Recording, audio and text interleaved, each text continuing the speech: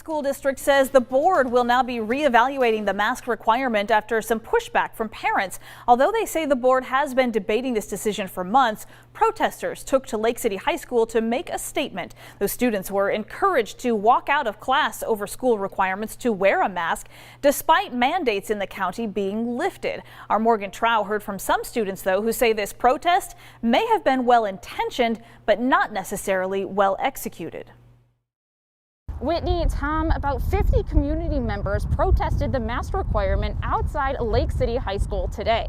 Their spokesperson told me that he understands why people are upset, but wants to assure that changes may be happening sooner than we think. High schoolers were finishing up their first class of the day when they looked outside to see protesters waving signs criticizing the Coeur d'Alene School District mask requirement. It's not just going to change overnight by one protest.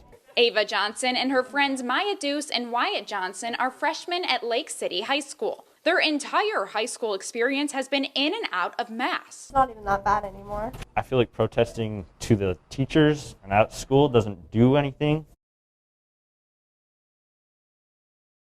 Because the teachers are just caught in the middle of it, and it's really unfair to them. None of them attended the anti-mask protest. Actually, almost no students went. So if the students didn't go, who did? Well, I'm here. I just read about this morning at breakfast.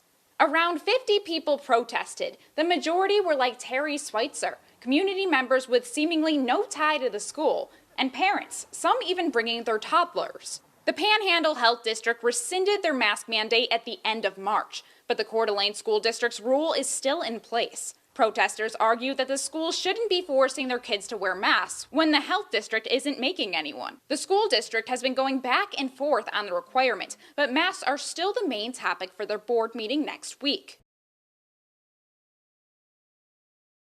I think if we were to protest, we should go to the school board. Protesting the teachers doesn't do much.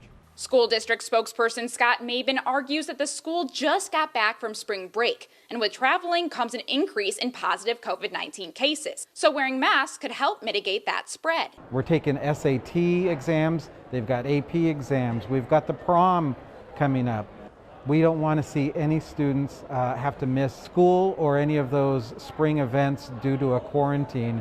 The three students say they don't care or mind having to wear a mask, but if they had the choice, they would choose not to. It's a habit. It's like I bring it everywhere with me. Habit. It's like I bring it everywhere with me. They add it doesn't restrict them from doing work or just breathing, like the protesters allege. The board meeting is scheduled for April 19th. That's when they'll be deciding if they want to keep the masks, eliminate them immediately, or start phasing them out. Reporting at Lake City, Morgan Trow,